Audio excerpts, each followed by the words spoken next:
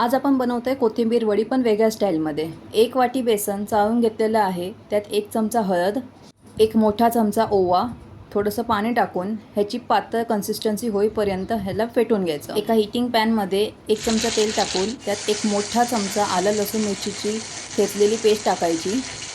त्यानंतर त्यात 1 चमचा तेल टाकून त्याला परतवून घ्यायचं। मग त्यात मालवणी मसाला, हळद आणि लागल्यास थोडासा गरम मसाला टाकून त्याला मिक्स करून घ्यायचं। मग त्यामध्ये कोथिंबीर टाकून ती अर्धी होईपर्यंत त्याला शिजू द्यायची। इकडे भिजवलेल्या बेसनमध्ये मीठ टाकून ते मिश्रण या कोथिंबीरच्या मिश्रणात ॲड करून घ्यायचं आणि ह्याला तोपर्यंत ढवळत राहायचं मीडियम फ्लेमवरती, जोपर्यंत ह्याचा एक घट्टसर गोळा होत नाही। स्पॅच्युलाला चिटकायचं बंद झालं की समजून जायचं की आपलं हे मिश्रण रेडी आहे। त्यानंतर एका भांड्याला तेल लावायचं आणि त्यात हे मिश्रण ओतून त्याला सेट होण्यासाठी थोडा वेळ ठेवून द्यायचं।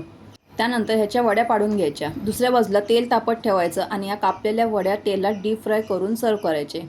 रेसिपी आवडली असेल तर लाईक, शेअर आणि सबस्क्राईब नक्कीच करा आणि मला मदत करा 1000 सबस्क्रायबर्स होण्यासाठी। धन्यवाद।